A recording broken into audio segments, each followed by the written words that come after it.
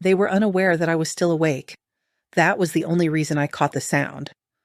Through the thin crack in the bedroom door, her whisper drifted like smoke into the hallway. Tomorrow, we would lock her away. Calm and nonchalant, as if she were discussing putting a coat into storage, not her husband's 78-year-old mother. I held my breath and remained still. I sat on the edge of the bed in the darkness, my hands pressed flat against my thighs. My suitcase was already halfway packed. I had begun folding clothes after dinner, not because I planned to run away, not yet, but because something in the atmosphere told me I needed to be prepared. 2 months earlier, I had moved into my son Andrew's house. My small cottage had become too difficult to manage after my hip surgery, and Andrew had said, "You'll be better off here, Mom. We'll take care of you." I believed him. I sold the house and wired the money to his account. He promised he would invest it for me, and I didn't question him. I didn't want to appear suspicious. I wanted to believe he loved me enough to make space for me. But love isn't measured by guest rooms or promises. It's reflected in tone, in patience, in whether your teacup is refilled at the table, or whether someone's size matters when you ask for a slice of bread. Tonight I dined alone in the kitchen. Sarah said they were going out just for an hour and left me with leftovers in plastic containers. I didn't mind that. What I disliked was the way she glanced at her watch when I asked how her day was, as if even a few seconds of conversation with me were an interruption. I had just finished rinsing my cup when they returned home. I stayed in my room until I heard them go upstairs. It was when I was preparing for bed, the door slightly ajar to let the cat in, that I heard it. Her voice, that whisper. "She's getting slower," Sarah said, and she asked again about the money. "We'll handle it tomorrow." Quietly. I stood frozen for a long time, long after their footsteps faded into the bedroom. I moved silently, carefully. I shut the door and locked it, then pulled the suitcase out from beneath the bed. I didn't shed tears. I don't cry easily anymore. Yet my hands trembled as I folded my wool cardigan, the blue one with the worn elbows that Andrew always said made me look too old. I placed my papers, passport, the envelope with my medical records, the folder I wasn't supposed to find last week in Andrew's drawer labeled with my name, into my bag. The clock showed 12:43 a.m. I had no idea where I was headed. I had no plan, only one instinct, to leave before that whisper turned into reality. Outside, the street was silent. The neighborhood was too pristine. Identical houses, dustless cars, sidewalks free of cracks. I didn't belong here. I never had. I opened the front door without making a sound, holding my shoes in one hand and the suitcase in the other. I didn't leave a note. What could I possibly write? "Thank you for your hospitality." I paused briefly at the end of the walkway, glancing back at the house where my son lived, where my name was no longer welcomed at the table.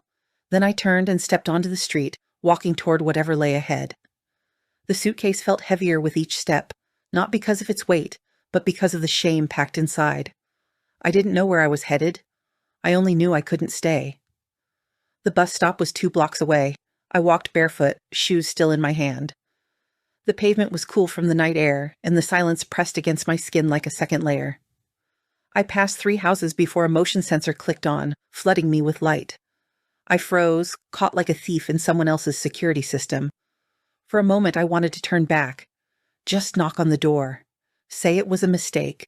Say I was tired and had misunderstood what I heard, but I hadn't misinterpreted. The whisper had been unmistakable. Tomorrow we'll lock her away. And the silence that followed was even louder. Andrew hadn't objected. Not a single word. No, that was too much. No, she's my mother. Not even a sigh of discomfort. Just silence. Silence that seemed to say, "Fine." I sat on the metal bench at the corner of Cypress and Maple. The last bus would arrive in 12 minutes if the schedule remained unchanged. I hadn't used public transportation since before the surgery.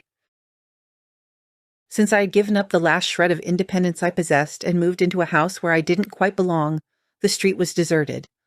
A porch light flickered across the road, but no one appeared.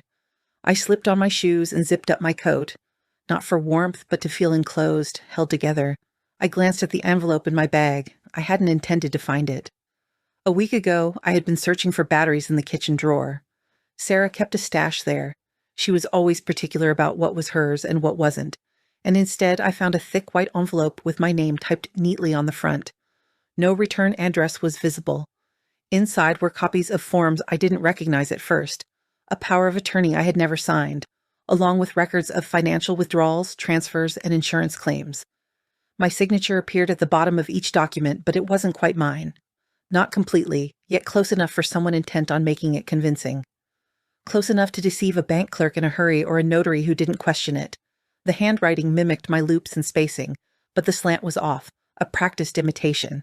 I folded the papers back inside and silently returned them to the envelope.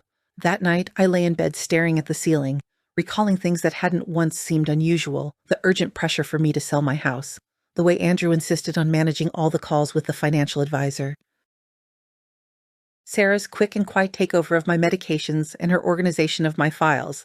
The whisper I heard tonight was not the beginning. It was the final step in a plan that had been developing over the course of months. The bus arrived and I stood still, pulling my bag behind me before stepping on board. The driver, a stout man in his 50s, hardly glanced in my direction. "Anywhere specific?" he asked. "Just downtown," I replied. "Near the old library." He nodded. "You're out late." I didn't respond. I watched the empty streets blur past as the bus moved forward, the rhythm of flashing streetlights flickering across the windows. Each flash seemed to hold a memory. She forged ahead. They wanted me gone. 20 minutes later, I got off in a part of town I hadn't visited in years. The hotel I remembered was no longer there. In its place stood a brightly lit glass building. I wandered until I found a small motor lodge nestled between a gas station and a 24-hour diner. The woman behind the counter barely looked up when I said, "One night." The room was small, clean enough. It smelled of bleach and something older, something permanent. I locked the door behind me and placed the suitcase on the chair. Only then did I allow myself to breathe fully. I sat on the edge of the bed, gazing at the phone in my hand. No missed calls, no messages. Of course not. They hadn't noticed yet. Or perhaps they had and chose not to ask where I had gone. The worst part wasn't the whisper. It wasn't even the forged signature or the fake smiles. It was the knowing, the certainty that at some point in the past year, I had ceased to be a mother to Andrew. I had become merely an account, a signature, a room that cost more than it offered, a burden. I took off my shoes and reclined on the bed, still fully dressed. I wasn't afraid. Not yet. That feeling would come later. Tonight I was simply exhausted. But tomorrow I would begin. I didn't sleep much. The motel sheets felt stiff, and the hum of the fridge sounded like a distant train, never stopping, always moving forward. I lay on top of the covers, staring at the cracked ceiling, replaying everything. The whisper, the envelope, the way Andrew avoided my eyes at dinner. I had never intended to be a problem. I didn't go to their house expecting much. I thought I'd lend a hand with errands, maybe keep Sarah company, spend a little time with the kids, though that part never really happened. They were always too busy, too scheduled, and perhaps I was too old to be of interest. Initially, it was just small things. My favorite chair was moved to the garage. My tea mug was replaced with a newer, thinner, prettier one, but it burned my fingers. Sarah rearranged the pantry, claiming it was more efficient now, though I could never find the salt. Andrew said it was all for my comfort, but it always felt like I was being managed rather than cared for. I got up before dawn, making tea with the motel's rusty little kettle. It tasted metallic, but it was hot, and I needed something to hold on to. The silence in that room was different from the quiet in their house. There, it was waitful, watchful, ready to correct me if I sat too long at the table or turned the TV volume up too high. Here, it was just silence. No judgment, only stillness. I opened my suitcase to change clothes and paused once more at the envelope. I hadn't dared to open it again last night. Just knowing it was there had been enough to take my breath away. But this morning, I felt I had to see it. I needed to know exactly what they had taken. The papers inside were neatly clipped together. Copies, not the originals. Perhaps they were meant for the shredder, or maybe Sarah had simply forgotten she had put them in the drawer. There were 3 main documents. The first was a general power of attorney, granting Andrew the authority to act on my behalf in financial and legal matters, including, but not limited to, banking, property, and medical decisions. It was signed in my name, witnessed, and even notarized. The signature looked authentic. It wasn't perfect, but close enough. I had seen it before on birthday cards that Sarah had filled out from all of us when Andrew was busy, the same slight curve in the D, the same forced neatness. The second document was a transaction history from Andrew's investment account. Multiple transfers from an account labeled with my old address, the one linked to the sale of my cottage, drained $180,000 in just 4 months. Not a single call was made to ask if I needed anything, not a word of concern. The third document was a draft application for an assisted living facility, with my name neatly typed at the top. It listed my age, medical conditions, mobility issues, and one line was highlighted in bold. Patient demonstrates early signs of cognitive decline. That's what Sarah said last week when I couldn't find my house keys. Maybe it's time to get your memory checked, Mom, she had said softly with a hand on my shoulder. I laughed, thinking it was just a joke, but apparently it wasn't. I slowly folded the papers back. My hands were steady now. I was done being shocked, done giving the benefit of the doubt. I didn't want revenge, not really. What I wanted was what was mine, my name, my choices, my voice. I had spent decades raising a boy who used to run to me after scraping his knee, who cried the first time his dog died. I wasn't sure when that boy had grown into a man who saw me as replaceable, but I had no intention of asking for his love anymore. Some things, once shattered, never truly heal. At the age of 8, I summoned a cab. The driver was young, courteous, and asked no questions when I instructed him, "Take me to Fairmont Bank downtown branch." I sat in the back seat, clutching my bag as if it were a lifeline. It was the same bank where Andrew used to bring me to sign papers. I always let him handle conversations with the tellers because he claimed he explained things better. The woman at the front desk wore a name tag that read Marcy. She smiled initially but faltered when she saw my face. "I'd like to speak with a manager," I said. "It's about power of attorney and financial oversight." She nodded swiftly and disappeared down a corridor. A few minutes later, a man in a gray suit appeared. Mid-30s, clean-shaven, with tired eyes. "Mrs. Jordan," he introduced himself. "I'm David. Let's go to my office." Inside, I handed him the envelope. I didn't explain anything. I simply waited as he flipped through the contents. After a long pause, he looked up. "Did you sign this power of attorney?" "No." "Do you recall authorizing these transfers?" "No."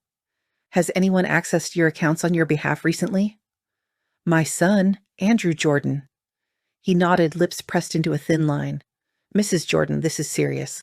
Forging a signature on a legal document is a felony, and if these funds were moved without your knowledge, we'll need to open an internal investigation. I'm not here to press charges," I said.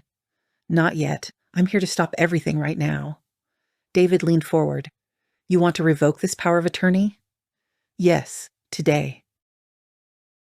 "And freeze any access he has to your accounts. Everything. Cancel automatic payments, shut down shared access. And I'd like to move the remaining funds to where I took a breath." I hadn't decided this part until that moment, but suddenly it was clear to open a new account in my name only. I'll need help setting up secure access, and eventually I want to transfer control to someone else, but not my son. David nodded. We could definitely accomplish that. The following hour was spent meticulously reviewing everything. Every payment Andrew had authorized, every form Sarah had notarized through a friend. It wasn't merely theft. It was a quiet, polite erasure, a reassurance of sorts. By the time I left the bank, it was nearly noon. My feet ached, my back protested, yet I stood taller. This was the first day in months that I belonged solely to myself. I stepped out of the bank into the crisp, thin air of mid-morning. The city had begun to stir in earnest, cars honking, people passing each other with paper cups and phones pressed to their ears. I paused for a moment, clutching my coat at the collar, uncertain of what to do next. I hadn't thought this far ahead. My plans extended no further than the bus bench in the motel and the man at the bank who had spoken to me gently but firmly, explaining that what had been done to me wasn't merely unkind. But whether it was legal or not, what do you do when your child looks at you and only sees liability? I wandered slowly for blocks until I found a bench beneath an old elm tree, across from a public park. I sat down, the suitcase resting beside me, and placed my hands in my lap. The envelope was there, folded neatly, but I didn't need to look at it again. I could see every word etched behind my eyelids. I didn't feel sadness. That might come later, perhaps. What I experienced was a hollow kind of clarity, the sort you get when the noise subsides and only the truth remains. It wasn't about the money, it was about being erased. About how Sarah smiled and corrected me when I recounted a story at dinner. About how Andrew began discussing senior services within a week of my moving in. About how my bedroom door didn't lock anymore. About how my mail started arriving already opened. about how I hadn't received a birthday card from my grandson in 2 years, not even a phone call. They believed I was fading away. Easy to move, easy to silence, and perhaps I had begun to believe that too, until last night. A gust of wind swept fallen leaves across the sidewalk. I pulled my coat tighter around myself. I hadn't packed enough for cold weather, nor did I expect to be outside for more than a day. I wasn't sure if I had a destination now, but I felt in control again. That was more than I'd experienced in months. A woman with a stroller passed by me. She glanced at me briefly and then looked away. I wasn't offended. I didn't want sympathy. I only wanted to sit in this strange, empty, quiet space and figure out what came next. My phone buzzed in my pocket. For a moment, I didn't move. I simply stared straight ahead. Then I took it out.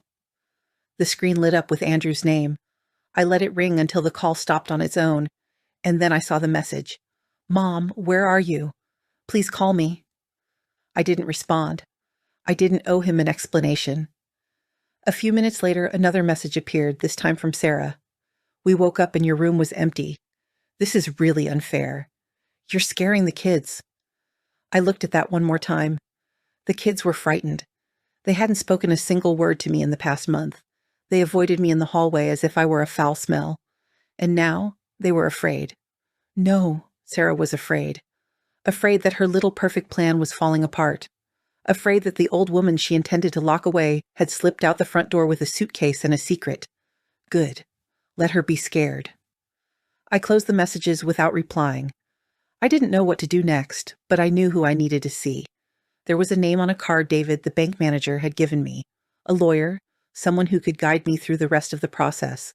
Someone who could help ensure this wouldn't happen again. Her office was 6 blocks away. I stood up, stretched out the ache from my back, and pulled my suitcase behind me. It rolled noisily over the cracked pavement. The receptionist was young with a gentle voice. "Do you have an appointment?" "No," I replied, "but David from Fairmont Bank told me to come." She nodded and disappeared through a side door. A few minutes later, a woman in her early 40s emerged. She wore a tailored jacket, had soft gray eyes, and wore minimal makeup. She extended her hand. "Mrs. Jordan, I'm Elise Becker." David called. "Come with me." We sat in a private office lined with tall bookshelves and heavy curtains. I opened the envelope once again. Elise read everything slowly, narrowing her eyes as she went. When she finished, she looked up at me and said, "I'm so sorry. This happens more often than people realize, especially to older women who trust too easily." "I didn't think I was being naive," I said quietly. "Just hopeful?" "You weren't naive," she replied. "You were loving, and they took advantage. We spent nearly 2 hours together. She explained my rights, what the forged documents meant legally, and what actions could be taken. She used words like fraud, financial exploitation, elder abuse. I nodded through them, although they sounded like someone else's life. I wasn't ready to discuss the court proceedings. I wasn't entirely sure I wanted to go through with it, but I certainly desired protection. I told her I needed a new will, one that would be completely rewritten. She didn't show any surprise. "We can do that," she replied. I also wanted to transfer the financial authority to someone else, not my son. "Do you have someone in mind?" I considered Clara, my niece in Arizona. She's kind and dependable. She had been sending birthday cards annually, even when I didn't respond. She visited after my surgery, bringing soup and magazines, never asking about money. "Yes," I said. "I'll call her." Elise started drafting the documents while I sat there, sipping the lukewarm tea her assistant had brought in. Her office was cozy, filled with the scent of lavender. For the first time since the motel room, I felt something settle within me. Not exactly peace, but a sense of stability. I was still upright. When I left her office, my phone displayed 4 missed calls, all from Andrew, and 1 voicemail. I didn't listen to it. Instead, I turned off the device. Let them wonder. Let them sit in silence for once. Let them experience the sensation of waiting for a call that will never come. By the time I left Elise's office, the sun had begun its slow descent. I paused on the sidewalk, blinking at the fading light. My suitcase trailed behind me like a weary companion. I hadn't eaten all day, yet I wasn't hungry. Instead, a sharper sensation gnawed at my stomach. It wasn't pain, nor quite fear. It resembled a sense of preparedness. I found a bench near the train station and sat down. I wasn't sure where I would sleep that night. The motel was an option, but part of me didn't want to return there. I needed something else, something unfamiliar, perhaps a small act of rebellion, a reminder that I still had the power to choose. I opened my bag to search for a sweater and felt the edge of the envelope again. My hand brushed the contents I already knew by heart, the forged power of attorney, the bank transfers, the draft admission forms for a care facility. But behind them, there was something else hidden, a second envelope, sealed and heavier. I didn't remember packing it. It must have been there by accident. Or perhaps Sarah had left it in the drawer without realizing. I opened it slowly. Inside there were more forms, property records, loan applications. One was a refinance agreement for my old house, dated just 2 weeks after I moved in with Andrew and Sarah. I stared at it, then looked closer. The house had never been sold once. It had been sold twice. Andrew had forged a second transfer, using my name to extract equity after the initial sale. They claimed I was still the legal owner, using that as leverage to secure another loan against it. But the worst part was a note paperclipped to the back, written in Sarah's handwriting. Small and perfect. Make sure she doesn't see mail from Ridgeway Title. Redirect notices starting next week. They hadn't just taken my money, they had planned to drain every last trace of my life, before handing me over to a facility and walking away free. I slowly folded the papers, my hands steady. That was the plan. Sell the house, take the money, forge the signature, refinance again, lock me up, smile for Christmas cards, let the doctors blame it on age. But I wasn't confused. I wasn't lost. I was angry. Not the loud, obvious kind. Not the messy, explosive kind. The kind that settles deep in the stomach and waits. It sharpens itself on silence and the passage of time. I sat on that bench for a long while, watching people move through the world. Some were laughing, others rushing by. None of them understood what it meant to disappear, piece by piece, inside your own family. They had tried to turn me into a shadow, but I remembered who I was, and tomorrow I would remind them too. That night, I didn't return to the motel. I walked until my legs ached, then checked into a modest bed and breakfast a few blocks from the courthouse. The woman at the front desk didn't ask questions. She simply handed me a key and pointed down the hall. The room was small but cozy. A patchwork quilt lay on the bed, and a lamp with a crack in its base stood nearby. It felt like a place where someone could rest and still feel grounded in reality. I slept soundly for the first time in weeks. No dreams, no footsteps outside my door, no whispers. In the morning, I got dressed, tied my scarf, and called the bank. David answered on the second ring.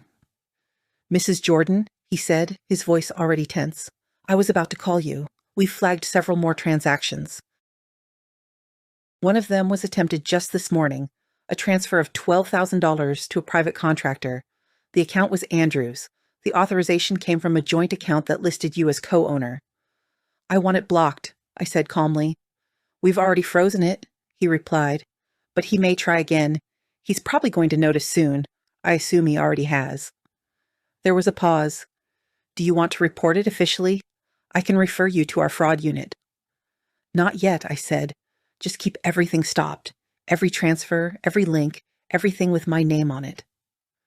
I requested that full access be transferred to my new account and that nothing else be altered. "Yes, ma'am," I could hear him typing in the background. I also stated that I wanted to see a printout. Everything Andrew or Sarah had touched, every withdrawal, every transfer, all of it. "We will prepare a complete report," he assured me. "It should be ready for pickup this afternoon." After I hung up, I sat quietly on the edge of the bed, staring at the curtain fluttering in the breeze. I reflected on my house, the one they had sold and resold as if it meant nothing. I thought about the garden I had cared for over 20 years, the hydrangeas I planted after my husband died, now gone, covered in concrete and profit. Yet somehow I didn't feel broken. I felt sharp, sharper than I had in years. By 10 o'clock, I was back at the bank. David personally handed me the folder, his face grim. "This is everything from the last 18 months, he said. "The amount moved is significant." I sat down in the small private room, opened the folder, and began to read. Page after page, withdrawals labeled home maintenance. But I hadn't lived in a house that needed fixing. Medical expenses, but I'd never seen those doctors. Investment transfers into Andrew's name. Always temporary, he told the clerk. Just moving funds around for tax strategy. And the worst, automatic transfers. I never noticed a slow bleed of $600 here, $400 there. Set to hit monthly subscriptions, insurance policies, a cleaning service, a landscaping company. I had been paying for the house I no longer owned, for their groceries, for their vacations. One line made my hand go cold. Tuition, Grandview Academy annual.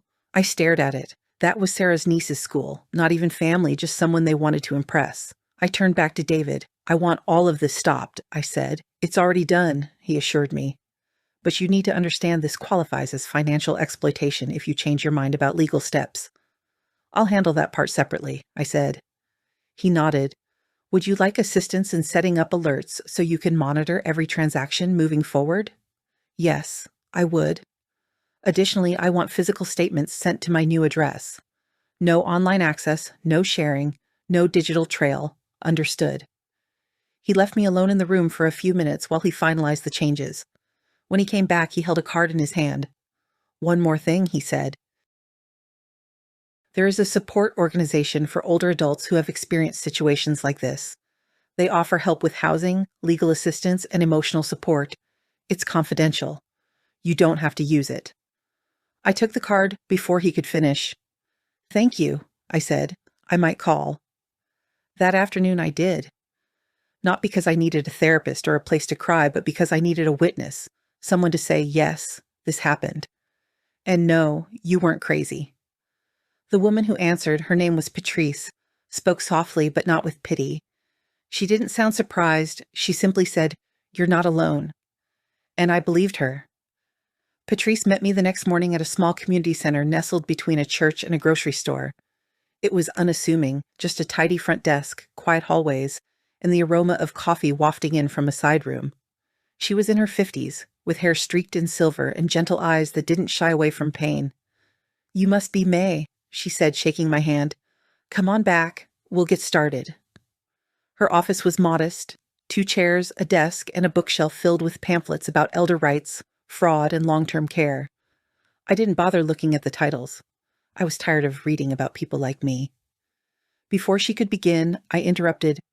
"I don't want therapy, and I'm not here to vent. I've done what I needed at the bank. I just want to make sure no one ever puts me in this position again." Patrice nodded without taking offense. "That's exactly what we'll do." She opened a folder and pulled out a short form. "I'll gather some background information, and then I'll connect you with one of our legal partners. There's no cost to you, and if you need safe housing, we can assist in arranging that as well. Transitional stays and independent units are available for women who have been displaced." "I'm not displaced," I stated. "I left." She offered a gentle smile. "That's even better." We talked for a while. I responded to her questions and completed a few forms. Then she picked up the phone and dialed someone named Ruth. 10 minutes later, I was sitting across from a new woman with sharp glasses and a quiet voice. "Tell me what you want," Ruth said. "Not what happened, just what you need moving forward." It was the first time anyone had asked me that without condescension. "I want a new will," I replied. "Everything rewritten, my son and his wife completely removed. I don't want them to receive a cent, not even by mistake. Done. I want my financial power of attorney reassigned to someone I trust, someone who will act only with my written permission." "Do you have someone in mind?" she asked. "My niece," I said. "Her name is Clara." "Good. We'll send the forms to her for co-signing." "I also want to establish a living will and a medical directive," I added. "No one should be able to make decisions regarding my care except me, unless I have explicitly designated them." Ruth looked at me intently for a long moment, then nodded once more. "You're the kind of client we don't see often," she said. "Most women come to us broken into pieces. You arrived already whole, bruised, but intact." I didn't respond. I wasn't there to receive praise. I simply wanted everything to be clear, signed and filed. Over the next hour, we reviewed the details, the accounts, the property, the list of assets still registered in my name. She explained how the second mortgage Andrew had taken out might be contested, as it was signed with forged signatures. However, I would need to decide whether to press charges or just cut the ties. For the moment, I chose the latter. "I don't want their money," I said. "I want mine. I want my name back. I want them to leave me in silence." Ruth assured me she could help with that. By the time we finished, the sun had already begun to set. She handed me a folder, brand new, pristine, and inscribed with my name in her handwriting. "Everything will be official by the end of the week," she said. "Until then, no one is allowed to touch anything. And if they try, you call me." I stepped outside, clutching the folder as if it were made of glass. All that I had built, the quiet steps, the careful boundaries, felt now like reality. I was no longer afraid of Andrew, nor did I fear Sarah's whispers, forged papers, or empty threats. They could scream, beg, send flowers, messages, voicemails. None of it mattered. Their access was gone. I was no longer the woman who waited in her room for instructions on what to do next. Now, I was the one making decisions, and they would have to live with that. I hadn't contacted Irene in over 10 years. We used to speak weekly when our husbands were still alive and our children were young enough to worry us but not disappoint us. She moved to the coast after her second stroke, claiming the air was easier there. I sent her a card that Christmas, and she responded with a brief note. After that, nothing more. Life had carried us apart like leaves drifting down separate streams. But that afternoon, as I sat alone in the bed and breakfast with Ruth's folder on my lap, I dialed her number from memory. She answered on the second ring. "Hello." I recognized her voice instantly. It was lower now, slower, yet it still held that familiar sharpness, as if she had just finished scolding someone. "Irene," I said, my voice faltering slightly. "It's May." There was a pause, then, "May Jordan? Oh, Lord have mercy. Where have you been?" "I left," I replied. "Left Andrew's house. I needed to disappear for a while." Another pause, this one different. Not surprise, more caution. "Is everything all right?" "No," I admitted honestly, "but I believe it will be." She didn't ask further questions, just said, "You have somewhere to sleep." "Tonight, yes. Tomorrow, I don't know." "You do now. I'm still in Newport. Do you have an extra bedroom? The one with the green quilt you hated? Come stay." "I'm not asking, I'm telling." I exhaled a breath I hadn't realized I was holding. "Thank you." "Pack your things," she said. "I'll have soup waiting." The bus ride to Newport lasted 3 hours. I dozed off for half of it, clutching the folder to my chest like a passport. When I stepped off, Irene was already waiting at the station, shorter than I remembered, but her eyes still sharp. She didn't embrace me immediately. She simply looked at me intently. "You're thinner," she remarked, "and tired. Come on, let's talk over some tea." Her house was small but vibrant. Photos covered the walls, old records sat in the corner. A cat hissed at my suitcase and then vanished under the couch. She prepared soup as she always did, heavy on garlic. No apologies. When we finally sat at the kitchen table, she poured 2 mugs of tea and waited. I told her everything, from the moment I moved in with Andrew to the forged documents and the whisper in the hallway. I recounted to her about the bank, the lawyer, and the envelope. She listened silently, not interrupting even once. When I finished, she leaned back, crossing her arms. Damn. I managed a smile despite myself. "And here I thought my daughter-in-law was the queen of cruelty," she said. "Yours sounds like she could teach a course." "It's not just her," I replied. "Andrew allowed it to happen. He watched it unfold. That's what breaks me." Irene nodded knowingly. "Oh, honey, we raise them to stand tall, and they grow up believing we're the floor." The silence returned, not awkward or sad, but heavy with everything we both had experienced and never voiced aloud. "You're staying as long as you need," she assured me. "I mean it. And if you want quiet, I'll give you quiet. If you want to scream into the sea, I'll hold your coat." I laughed. A genuine laugh. The first in longer than I could remember. That night, she finally let me have the room with the green quilt. As I lay in bed listening to the waves through the cracked window, I sensed something unfamiliar returning to my chest. It wasn't safety yet, but it was close. The next morning, just after 8, the phone began to ring. I let it vibrate once, then placed it face down on the nightstand and stepped out onto the porch, where Irene was already sitting with her tea and a wool shawl draped around her shoulders. "Let me guess," she said without looking at me. "Your ghost just realized it's missing." I didn't respond. I sat beside her, wrapping my hands around a warm mug she had left for me. The ocean was calm that morning, the air salty and damp. My suitcase remained untouched in the corner of the guest room, and for the first time in weeks I didn't feel the need to unpack or make plans. I simply existed. The phone rang again, 6 times within the next hour. All calls from Andrew. No voicemail, just his name flashing repeatedly, as if urgency could undo what he had done. "He's not worried about you." Irene remarked that he was worried about any access you might have taken with you. I nodded in acknowledgement, knowing all too well what that implied. Later that morning, I switched the phone to silent mode. One by one, messages began to arrive. Mom was pleading, "Please call me. We're worried. Where are you?" Sarah was panicking, insisting, "I need to talk to you right now. This has gone too far." I watched these notifications pop up without much feeling. Each message read like a script. I could already hear his voice, tense, controlled, perhaps tinged with hurt, as if I had betrayed him. I chose not to reply.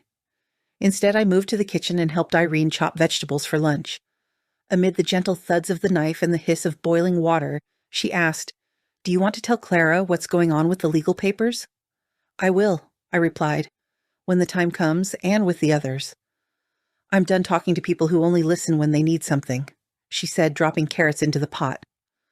My phone buzzed on the table, but I didn't move. That afternoon, a new message appeared, this time from Sarah. "This situation is spiraling out of control. If you don't start returning Andrew's calls, we'll be forced to take other measures. You can't just vanish like this." People are beginning to ask questions. I read it over 3 times. That was her concern. Not my well-being, not whether I was safe or scared or even alive, only how I appeared. People were asking questions. I almost chuckled. They had convinced themselves for so long that I was fading, slipping away, losing control. And now they were the ones from chasing shadows, dialing into silence. They could keep trying. That night, I went down to the beach with Irene. We didn't speak much, just listened to the water and let the cold seep into our bones. "I never imagined I'd be 78, I finally said, "and still trying to figure out how to leave people behind." "That's how you know you're still alive," she replied, "when you're still willing to walk away." Back at the house, I charged my phone and looked at the messages again. 15 from Andrew, 9 from Sarah, 2 from a number I didn't recognize. I scrolled to the very bottom and noticed a message from an old contact I hadn't expected. It simply said, "Grandma, it's Lucas. Are you okay?" My grandson. I stared at the message for a long time before turning off the phone again. Not because I didn't care, but because, for once, I wanted to respond on my own schedule. 2 days later, a real letter arrived. An envelope, a stamp, even her handwriting on the front in that delicate, narrow script Sarah used when she wanted to appear gracious. Irene brought it in from the mailbox, eyebrows raised. "Are you sure you want to open that?" she asked, handing it over with the dish rag still in her hand. "I'm sure," I replied. "I want to see how she spins it." I sat at the kitchen table and carefully slid open the envelope with a butter knife. The paper was thick and expensive, of course. "May, I hope you're safe and comfortable wherever you are. We've all been deeply worried about you. Andrew hasn't been able to sleep. The children are asking questions. We are trying to hold everything together in your absence. I won't pretend to understand why you left the way you did, or why you've refused to respond to Andrew's calls. I am sure you have your reasons, though. From where we stand, it feels disproportionate. Unkind." I paused there. "Unkind," I said aloud, more to myself than to Irene. I continued reading. "We have always tried to support you in every way we could, opening our home, managing your affairs during your recovery. It hasn't been easy to balance everything, but we did it out of love, not obligation. I hope you haven't forgotten that. However, now things have become complicated. The accounts are locked, services are disrupted. Andrew is being contacted by banks, vendors, and people who don't understand what is happening. It is placing immense pressure on the family. This isn't what anyone wanted. We are still willing to talk to make things right, but we can't do that while you remain unreachable. You're part of this family, May, and families don't run away from each other." No signature, just her name printed clearly at the bottom. Sarah. I folded the letter slowly, placed it on the table, and leaned back in my chair. Irene was observing me. "Well," she asked. I shook my head. "She's not even angry. That's the worst part. She still considers herself the reasonable one." "They always do," Irene muttered, wiping her hands on her apron. It didn't hurt. Not as much as I had expected. Reading her words, so carefully chosen and seemingly polite on the surface, felt like seeing a costume hanging on a rack. There was no real form beneath it, only posture, performance, and cruelty. That word lingered in my mind as if I had snapped at someone during dinner, as if I hadn't watched them drain the bones of my life little by little, smiling all the while. No apology, no admission, just concern about the consequences if caught. I pushed the letter aside and got to my feet. "Burn it?" Irene asked, already reaching for the matches. "No," I said. "Let it sit for a while. Let it feel ignored." The next morning I didn't respond. Instead, I made breakfast, washed the dishes, took a walk along the shore. I let them talk, let them wonder.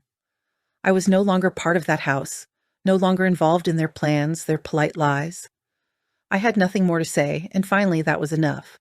I met her by chance. I was leaving the corner store with a loaf of bread and a small jar of honey when I saw her drop a stack of folders in the parking lot, papers scattered in the wind like startled birds from a tree. She bent down, visibly frustrated, trying to chase after them with one hand while holding her phone to her ear with the other. I didn't hesitate. I just moved. I set my bag on the curb and helped gather the pages, pressing them down with my hand until she could pick them up. She looked up, breathless. "Thank you, God." "Thank you." She was young, probably in her mid-30s. Her jacket had a patch on the shoulder, North Coast Community Services. We stood up together. "Are you okay?" I asked. She gave a bashful smile. "I will be. I have 3 appointments today. I'm running late, and the copier broke this morning. But that's not your concern. Thanks again." She reached for the last page, looked at my face, and hesitated. "Wait, are you May Jordan?" I blinked. "Yes." Her smile softened. "I thought so." "Patrice mentioned you from Elder Services." "That's correct," I replied carefully. "How do you know Patrice?" "I collaborate with her occasionally. I'm a field coordinator, mostly involved in housing and outreach." She shifted the papers onto one arm and extended her hand. "I'm Laya." We shook hands. "I didn't expect to see you here," she added. "Actually, I read your intake report last week. You're quite well known in our office at the moment." I chuckled despite myself. That's never a good sign. "No, seriously. Most people in your position stay silent. They let things happen." "You didn't. You drew a line?" "It was either that or disappear," I said. Laya looked at me intently for a long moment before reaching into her coat and pulling out a folded piece of paper. "I probably shouldn't be mixing business and groceries," she said, "but I have a unit. Safe housing, 1 bedroom, no stairs, quiet building. It's usually reserved for emergency placements, but I think you qualify." I glanced at the paper and then back at her. "What's the catch?" I asked. "No catch. It's yours for up to 6 months. No rent, utilities covered. You'll have privacy, freedom, and strings." She shook her head. "Just one. You check in with me once a week, not because I don't trust you, but so you're not alone." I hesitated before answering. I watched the wind swirl through the trees behind her, the sky turning pale and vast. A place of my own, no borrowing, no conditions. I took the paper. "I'll think about it." "Of course," she replied. "Take your time, but don't wait too long. Places like this don't stay available." 2 days later, I moved in. It wasn't fancy. Small kitchen, older carpet, a window that stuck when you opened it, but it was mine. I unpacked my suitcase slowly with no rush. Each folded sweater, every notebook, each pair of socks seemed to have earned the right to be there. The next morning, Laya stopped by with fresh towels and 2 mugs. "Just in case you want coffee with someone or don't," she said. We sat for a while. She didn't pry, simply shared stories about her job, her dog, her aging mother who still tried to drive without glasses. I listened quietly. I didn't speak much, but something in her rhythm soothed me. When she left, she said, "You don't owe anyone an answer, but you deserve to ask yourself what you want now. Not what you'll tolerate, but what you truly desire." That night, I stood by the window in my new apartment. The outside lights were gentle. No one was watching me. No one had access to my drawers, my name, or my future. For the first time in years, I felt unclaimed, and I liked it. The library was 6 blocks from the apartment where Laya had helped me settle in, a modest, low-rise building with faded bricks, and a crooked open sign hanging in the front window. I discovered it one afternoon while aimlessly wandering. a habit I had begun to adopt frequently. There was something calming about having no destination and no one expecting an explanation for my presence. Inside, the air was filled with the scent of paper, dust, and old polish, the kind of aroma that evoked memories of schools from the 60s, of waiting for my children to choose a book while I watched the clock and contemplated dinner. At the front desk, only 2 people were present: a young man with headphones sorting returns, and a woman in her 60s with sharp eyes and a frayed cardigan. She looked up as I drifted past the biography section. "Lost or just quiet?" she asked. "Quiet," I replied. "Mostly," she nodded. "Same." Her name was Judith, a volunteer, just like I would eventually become. It all started simply. She was short-staffed on Tuesdays, and I appreciated how she didn't treat me like I was fragile. I assisted her with the large print novels and then sorted donations. Later, I began reading aloud on Thursdays. The groups were small, mostly women, some older than me, others younger. All of us were connected by unspoken understanding. No one inquired about my past, no one pitied me, and I only shared what I chose to. I liked it that way. A rhythm settled over the days. I would wake early, open the blinds to the sound of gulls, brew some tea, and walk to the library, my scarf tied tightly. Sometimes I paused at the bakery across the street. Other times I simply sat on the bench outside listening. I didn't miss the house, neither the one Andrew sold nor the one Sarah filled with her rules. What I sometimes missed was the version of myself who believed that family meant safety, that love was enough. But that version was gone now. In her place was someone quieter but sharper, someone who had learned how to belong to herself. One afternoon, Judith handed me a stack of flyers. "Community talk next week," she said. "Elder advocacy, you should come." "I've had enough of talking," I replied. "Not for you," she responded, "for them. You'd be surprised who listens when the right person stands up." I folded the flyer into my coat pocket. I wasn't sure I was ready to stand again, but the idea didn't scare me like it used to. Later that week, a woman arrived with her grandson. She was probably around my age, dressed in clothes that looked borrowed and too big. She kept glancing over her shoulder as if expecting someone to come and pull her back. I saw myself in her, or who I might have become had I not left when I did. She asked where the large print books were. I showed her. We didn't speak much, but as she turned to leave, she said softly, "You volunteer here?" "I do." She nodded once. "That's good. It means someone still sees you." I didn't reply, only smiled. That evening, I sat at my small kitchen table and reflected on what Laya had said, about questioning myself on what I truly wanted, rather than merely enduring. And what I desired perhaps more than anything was not to disappear. Not into their house, not into their silence. I yearned to be useful, yes, but not indispensable. Seen, yet not controlled. Free, but not forgotten. And for the first time in a long while, I believed I was shaping a life where that was achievable. It was a Wednesday, overcast and calm. I was at the front desk helping Judith sort overdue slips when I looked up and saw him standing just inside the doors. Lucas, my grandson. He had grown taller now, taller than I remembered, with longer hair, sharper shoulders, still in some ways just a boy, but the kind of boy learning to carry things quietly. He wore a navy jacket too thin for the season and held nothing in his hands. I froze. Judith followed my gaze and leaned in. "Want me to send him off?" she asked. "No," I said softly. "Let's see if he arrived as himself or as their messenger." Lucas noticed me and approached slowly, hesitant. I stepped out from behind the desk. He paused a few feet away. "Hi," he said. "Hi." "I saw your name on the volunteer board online," he said, rubbing the back of his neck. "Didn't know where else to find you." I didn't ask how long it took him to gather the courage. I could read it on his face, the same expression Andrew had when he was 14 and broke a neighbor's window, but still told the truth. "Do your parents know you're here?" I asked. "No, you tell them if you want to." "But I'm not calling anyone," he nodded, looking down. "I didn't come to defend them," he said. "I don't even know everything they did. But I know you left, and I know it was bad." His eyes were slightly red as he looked up again. "I think I should have asked more before." "You were a child," I said. "It wasn't your job." "Still," he said, "you were always kind to me. I should have at least said goodbye." That did something to me, a small tear along a seam I thought I had already sewn shut. "Would you like to sit?" I asked, gesturing toward the reading chairs by the window. He nodded in response. We moved silently, walking side by side. He didn't pick up his phone, didn't fidget or shift. He simply lowered himself into the seat and waited patiently. I took the seat across from him. We gazed at each other for a long moment. "You were the only one who remembered my birthday last year," he said softly. "You sent that little wooden puzzle. I never told anyone, but I still have it. It sits on my desk." I responded, "That's good. I had heard they said you were tired, needed space, and that you sometimes felt confused."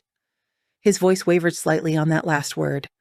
I chose not to correct him. I didn't have to. He looked down at his hands. "I don't know what they endured or what they did, but I understand how they speak when they think no one is watching. And I remember how you looked at dinner sometimes, like you were underwater. That was the most truthful thing anyone had said to me in months." He didn't ask me to come back or try to fix things. He simply sat there, awkward and sad, completely real. "I'm not asking for anything," he said. "I just wanted you to know I still think about you, and I'm sorry if I didn't show it sooner."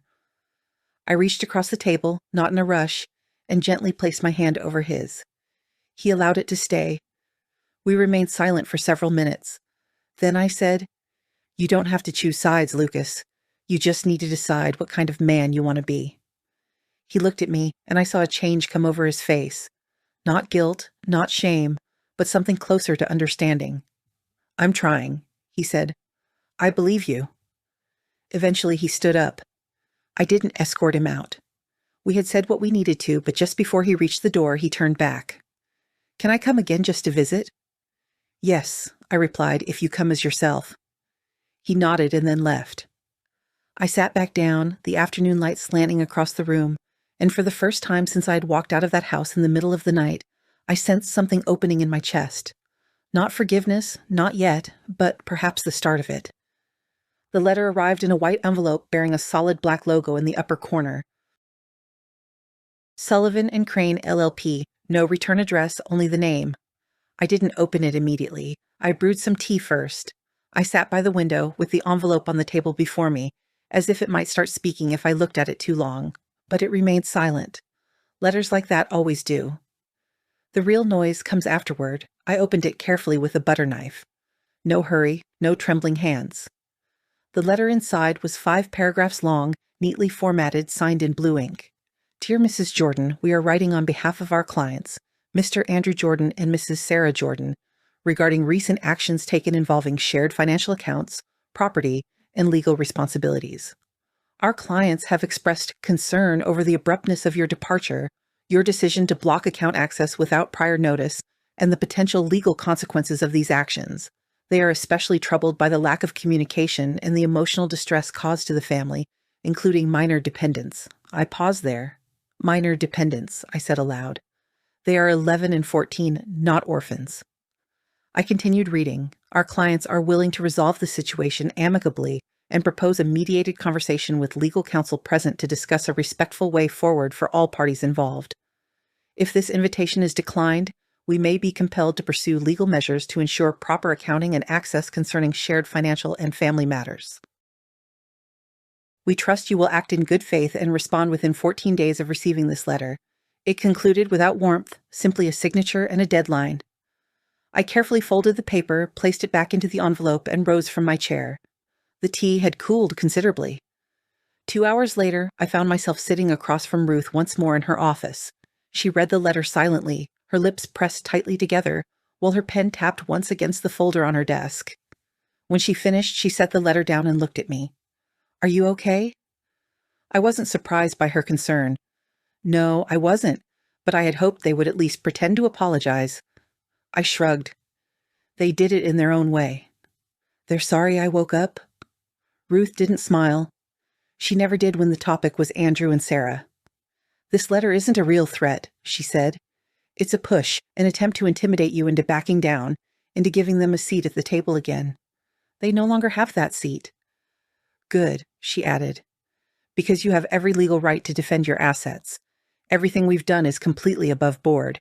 If they want mediation, we can refuse. If they pursue legal action, we will respond formally. But I doubt they will follow through. This is just a bluff. They don't want a court battle. They desire silence. Well, I responded, leaning back, they can have their silence, just not on their terms. Ruth retrieved a form from the drawer and handed it to me. Just in case, she added, statement of intent. If you wish, I can submit this to the court. Preemptive. It will make it more difficult to challenge your current position.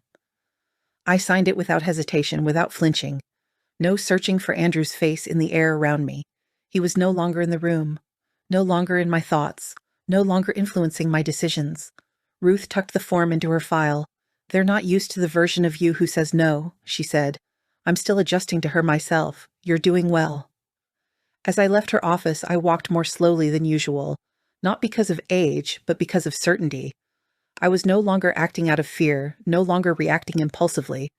This was the part of the story where I had already left the house, reclaimed my name, and built a room of my own, and now I was simply closing the doors behind me, letting them knock if they wanted, but I wasn't letting them in.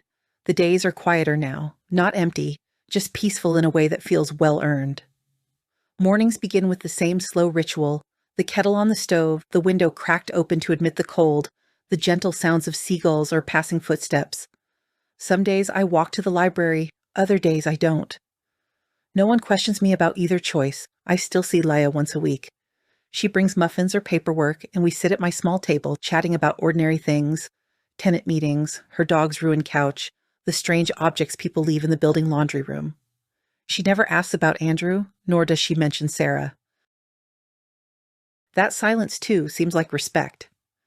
Lucas visits occasionally, never with prior notice, never for long. He brings a book, a pastry, or sometimes nothing at all. We sit and read, talk, or simply be, and that is enough. The last time he visited, he asked if I remembered the story I used to tell him about the girl who ran away and found a home in the forest. I always thought that was fictional, he said.